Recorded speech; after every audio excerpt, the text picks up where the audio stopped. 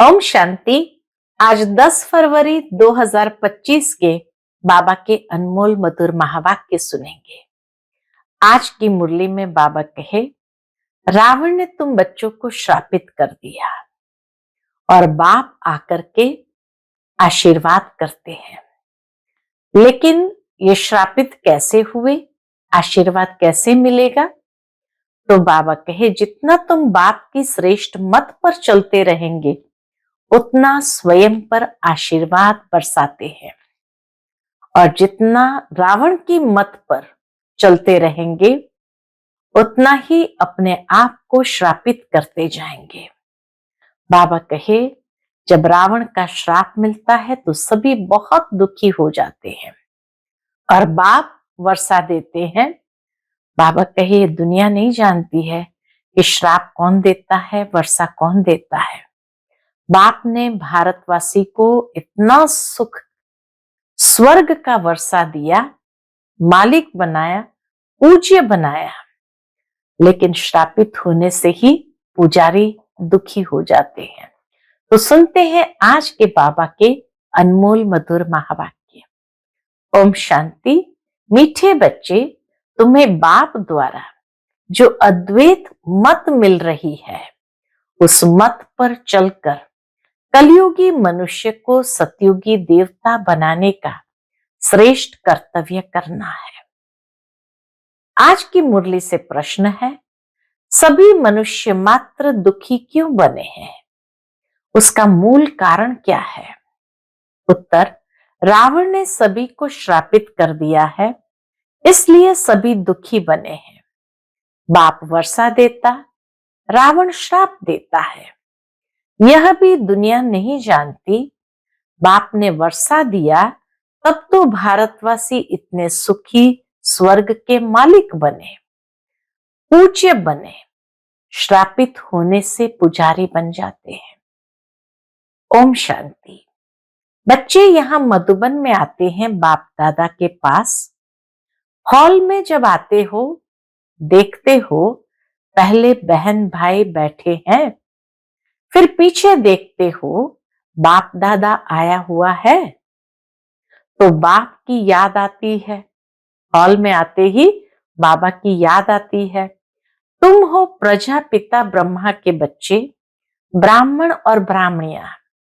वह ब्राह्मण तो ब्रह्मा बाप को जानते ही नहीं है, भले अपने आप को ब्राह्मण कहते हैं, लेकिन ब्रह्मा बाप को जानते ही नहीं है। तुम बच्चे जानते हो, बाप जब आते हैं तो ब्रह्मा विष्णु शंकर भी जरूर चाहिए। कहते ही है त्रिमूर्ति शिव भगवान वाच। अब तीनों द्वारा तो नहीं बोलेंगे ना, ये बातें अच्छी रीति बुद्धि में धारण करनी है। बेहद के बाप से जरूर स्वर्ग का वर्षा मिलता है, इसलिए सभी भक्त भगवान से क्या चाहते हैं? जीवन मुक्ति।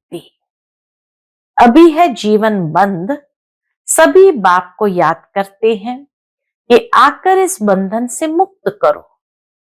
अभी तुम बच्चे ही जानते हो कि बाबा आया हुआ है। कल्प कल्प बाप आते हैं, पुकारते भी है, तुम माता पिता हम बालक तेरे, परंतु इसका अर्थ तो कोई भी नहीं समझते हैं। निराकार बाप के लिए समझ लेते हैं। बाबा कहे, माता पिता ये निराकार बाप के लिए समझ लेते हैं। गाते हैं परंतु मिलता कुछ भी नहीं है। अभी तुम बच्चों को उनसे वर्षा मिलता है, उसी निराकार बाप से वर्षा मिलता है, फिर कल्प बाद मिलेगा। बच्चे जानते हैं बाप आधा कल्प के लिए आकर वर्षा देते हैं और रावण फिर श्राप देते हैं। यह भी दुनिया नहीं जानती कि हम सभी श्रापित हैं। रावण का श्राप लगा हुआ है, इसलिए सभी दुखी है। भारतवासी सुखी थे। कल इन लक्ष्मी नारायण का राज्य भारत में था। देवताओं के आगे माथा टेकते हैं, पूजा करते हैं, परंतु सतयुग कब था ये किसको भी पता नहीं। अब देखो, लाखों वर्ष की आयु सिर्फ सतयुग की ही दिखा दी है, फिर त्रेता की, द्वापर, कलयुग की। इस हिसाब से मनुष्य कितने ढेर हो जाए। अगर सतयुग को ही लाखों वर्ष दे दिया तो बाकी 3 युग को, तो बाबा का हिसाब करे अगर, उस हिसाब से तो मनुष्य की पॉपुलेशन कितनी ढेर हो जाए। सिर्फ सतयुग में ही ढेर मनुष्य हो जाए, कोई भी मनुष्य की बुद्धि में नहीं बैठता है। बाप बैठ समझाते हैं कि देखो, गाया भी जाता है 33 करोड़ देवी देवताएं होते हैं, ऐसे थोड़ी वह कोई लाखों वर्ष में हो सकते हैं। तो यह भी मनुष्य को समझाना पड़े। अभी तुम समझते हो बाबा हमको क्या बनाते हैं। बाबा कहे, बाबा हमको स्वच्छ बुद्धि बनाते हैं और रावण म्लेच्छ बुद्धि बनाते हैं।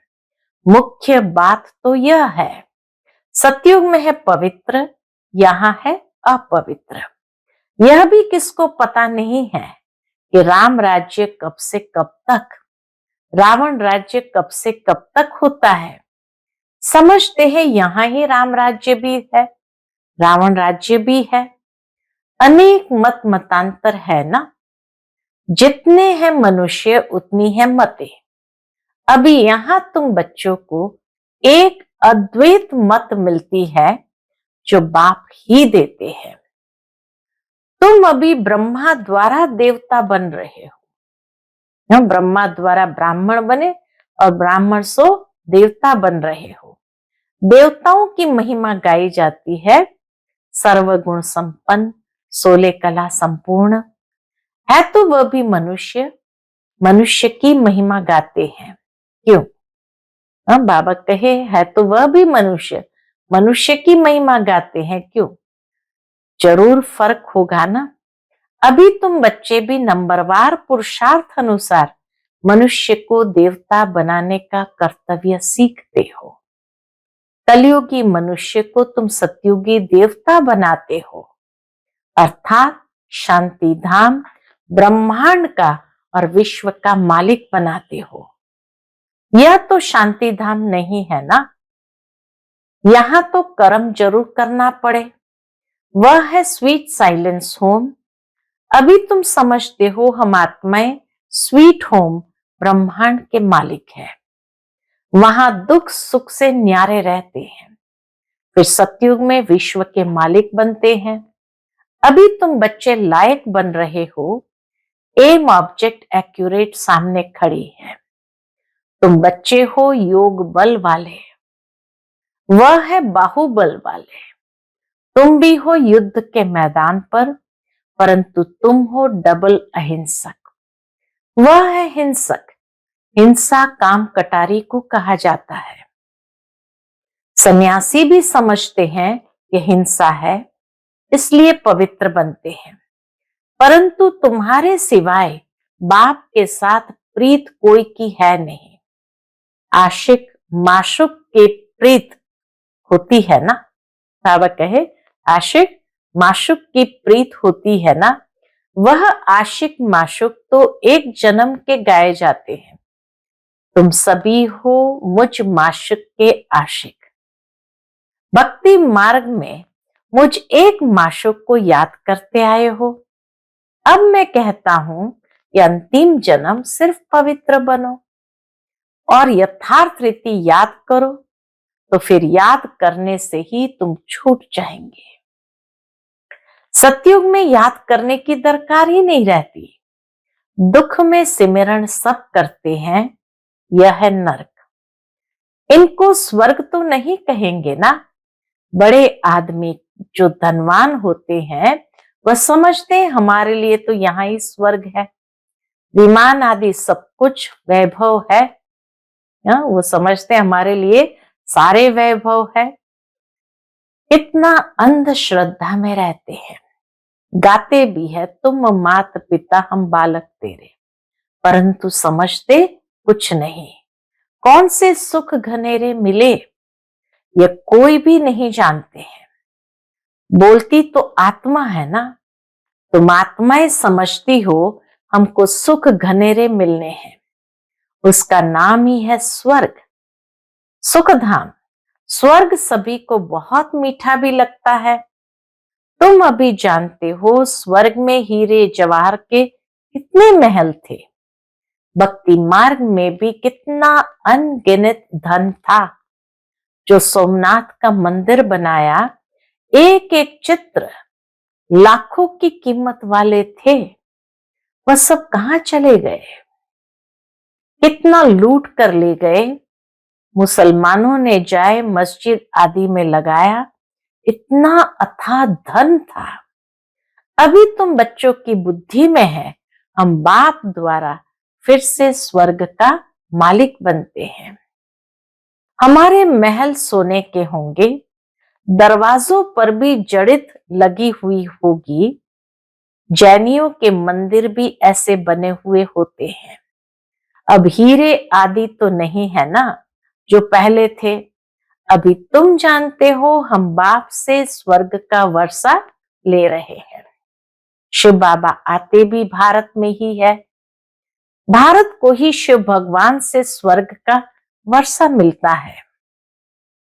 क्रिश्चियन भी कहते हैं क्राइस्ट से 3000 वर्ष पहले भारत हेवन था। राज्य कौन करते थे ये किसको भी पता नहीं है। बाकी ये समझते हैं भारत बहुत पुराना है, तो यही स्वर्ग था ना। बाप को कहते भी है हेवनली गॉड फादर, अर्थात हेवन स्थापन करने वाला फादर। जरूर फादर आए होंगे, तब तुम स्वर्ग के मालिक बने होंगे। हर 5000 वर्ष बाद स्वर्ग के मालिक बनते हो। फिर आधा कल्प बाद रावण राज्य शुरू होता है। चित्रों में ऐसा क्लियर कर दिखाओ जो लाखों वर्ष की बात बुद्धि से ही निकल जाए। लक्ष्मी नारायण कोई एक नहीं, इन्हों की डिनास्टी होंगी ना। फिर उन्हों के बच्चे राजा बनते होंगे। राजाएं तो बहुत बनते हैं ना, सारी माला बनी हुई है। माला को ही सिमरण करते हैं ना। जो बाप के मददगार बन बाप की सर्विस करते हैं, उन्हों की ही माला बनती है। जो पूरा चक्र में आते पूज्य पुजारी बनते हैं, उन्हों का यह यादगार है। तुम पूज्य से पुजारी बनते हो तो फिर अपनी माला को बैठ पूजते हो। बाबा कहे तुम पूज्य से पुजारी बनते हो तो फिर अपनी माला बैठ पूजते हो। पहले माला पर हाथ लगाकर फिर माथा टेकेंगे, पीछे माला को फेरना शुरू करते हैं। तुम भी सारा चक्कर लगाते हो, फिर शिव बाबा से वर्षा पाते हो। यह राज तुम ही जानते हो। मनुष्य तो कोई किसके नाम पर माला फेरते रहते हैं। हर एक कोई मंत्र जाप करते हैं, कोई किसका नाम लेकर के माला फेरते हैं, जानते कुछ भी नहीं। अभी तुमको माला का सारा ज्ञान है और कोई को ये ज्ञान नहीं है। क्रिश्चियन थोड़ी समझते हैं कि हम किसकी माला फेरते हैं। ये माला है ही उन्हों की जो बाप के मददगार बन सर्विस करते हैं। इस समय सब पतित है। जो पावन थे वह सब यहां आते आते अपतित बने हैं। फिर नंबरवार सब जाएंगे। नंबरवार आते हैं, नंबरवार जाते हैं। कितनी समझने की बातें हैं। यह झाड़ है, कितने टाल टालियां मठ पंथ है। अभी ये सारा झाड़ खलास होना है, फिर तुम्हारा फाउंडेशन लगेगा। तुम हो इस झाड़ के फाउंडेशन। इसमें सूर्यवंशी चंद्रवंशी दोनों है। सतयुग त्रेता में जो राज्य करने वाले थे, उन्हों का अभी धर्म ही नहीं है, सिर्फ चित्र है, देवताओं के चित्र है, बाकी उनका धर्म नहीं है। जिनके चित्र है उन्हों की बायोग्राफी को तो जानना चाहिए ना। कह देते फलानी चीज लाखों वर्ष पुरानी है। अब वास्तव में पुराने ते पुराना है आदि सनातन देवी देवता धर्म। उनके आगे तो कोई चीज हो ही नहीं सकती। बाकी सब 2500 वर्ष की पुरानी चीजें होगी। नीचे से खोद कर निकालते हैं ना, भक्ति मार्ग में जो पूजा करते हैं वो पुराने चित्र निकालते हैं, क्योंकि अर्थक्वेक में सब मंदिर आदि गिर पड़ते हैं, फिर नए बनते हैं। हीरे सोने आदि की खानियां जो अभी खाली हो गई है वह फिर वहां भरतू हो जाएगी। ये सब बातें अभी तुम्हारी बुद्धि में है ना। बाप ने वर्ल्ड की हिस्ट्री ज्योग्राफी समझाई है। सतयुग में कितने थोड़े मनुष्य होते हैं। बाबा सारे तीनों काल के आदि मध्य अंत का ज्ञान सुनाते, हिस्ट्री ज्योग्राफी समझाते हैं कि पहले सतयुग में कितने थोड़े मनुष्य होते, फिर वृद्धि को पाते हैं। आत्माएं सब परमधाम से आती रहती है। आत्माएं सभी ऊपर से नीचे उतरती जाती है। आते आते झाड़ बढ़ता जाता है। फिर जब झाड़ जड़ीभूत अवस्था को पाता है तो कहा जाता है, राम गयो रावण गयो, गयो बहु परिवार। तो जिनका बहु परिवार है, अर्थात अनेक धर्म है ना, हमारा परिवार तो कितना छोटा है। यह सिर्फ ब्राह्मणों का ही परिवार है, वह कितने अनेक धर्म है, जनसंख्या बतलाते हैं ना। वह सब है रावण संप्रदाय। यह सब जाएंगे, बाकी थोड़े ही रहेंगे। रावण संप्रदाय फिर स्वर्ग में नहीं आएंगे, सब मुक्ति धाम में ही रहेंगे। बाकी तुम जो पढ़ते हो वह नंबरवार आएंगे स्वर्ग में। अभी तुम बच्चों ने समझा है, क्या समझा है, कैसे ये निराकारी झाड़ है, ये मनुष्य सृष्टि का झाड़ है। यह तुम्हारी बुद्धि में है। पढ़ाई पर ध्यान नहीं देंगे तो इम्तिहान में नापास हो जाएंगे। पढ़ते और पढ़ाते रहेंगे तो खुशी भी रहेगी। अगर विकार में गिरा तो बाकी ये सब भूल जाएगा। बुद्धि से बाबा कहे सब उड़ जाएगा। आत्मा जब पवित्र सोना हो तब उसमें धारणा अच्छी हो। सोने का बर्तन होता है पवित्र गोल्डन। तो बाबा कहे जब बुद्धि सोने का बर्तन होती है तो उसमें हर बात बाबा की अच्छी तरह से धारण भी होती है। अगर कोई पतित बना तो ज्ञान सुना नहीं सकता। अभी तुम सामने बैठे हो, जानते हो गॉड फादर शिव बाबा हम आत्माओं को पढ़ा रहे हैं। हम आत्माएं इन ऑर्गन्स द्वारा सुन रही है। पढ़ाने वाला है कौन? बाप। बाबा के पढ़ाने वाला बाप है। ऐसी पाठशाला सारी दुनिया में कहां होगी? हो ही नहीं सकती है। वह गॉड फादर है, शिव बाबा गॉड फादर है, टीचर भी है, सतगुरु भी है, सबको वापस ले जाएंगे। अभी तुम बाप के सन्मुख बैठे हो। सन्मुख मुरली सुनने में कितना फर्क है। एक है मधुबन में मुरली सुनना, एक है अपने सेंटर्स पर सुनना और एक है पढ़ना। तो बाबा के कितना फर्क है। जैसे ये टेप मशीन निकली है, सबके पास एक दिन आ जाएंगी। बच्चों के सुख के लिए बाप ऐसी चीजें बनवाते हैं, कोई बड़ी बात नहीं है ना। ये सावल शाह है ना, पहले गोरा था अभी सांवरा बना है। ब्रह्मा बाबा के लिए बाबा कहते ये सावल शाह श्रेष्ठ था, पहले गोरा था अभी सांवरा बना है, तब तो श्याम सुंदर कहते हैं। तुम जानते हो हम सुंदर थे, अब श्याम बने हैं, फिर सुंदर बनेंगे। तो ब्रह्मा बाबा हमारा कौन है? सावल शाह सेठ है। सिर्फ एक क्यों बनेगा? एक को सर्प ने डसा क्या? सर्प तो माया को कहा जाता है ना। विकार में जाने से सांवरा बन जाते हैं। कितनी समझने की बातें हैं।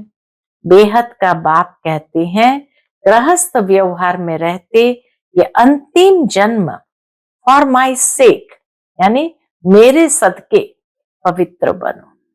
कितना प्यार से बाबा कहते हैं, बेहद का बाप कहते, गृहस्थ व्यवहार में रहते ये अंतिम जन्म फॉर माई सेक मेरे सदके पवित्र बनो। बच्चों से ये भीख मांगते हैं।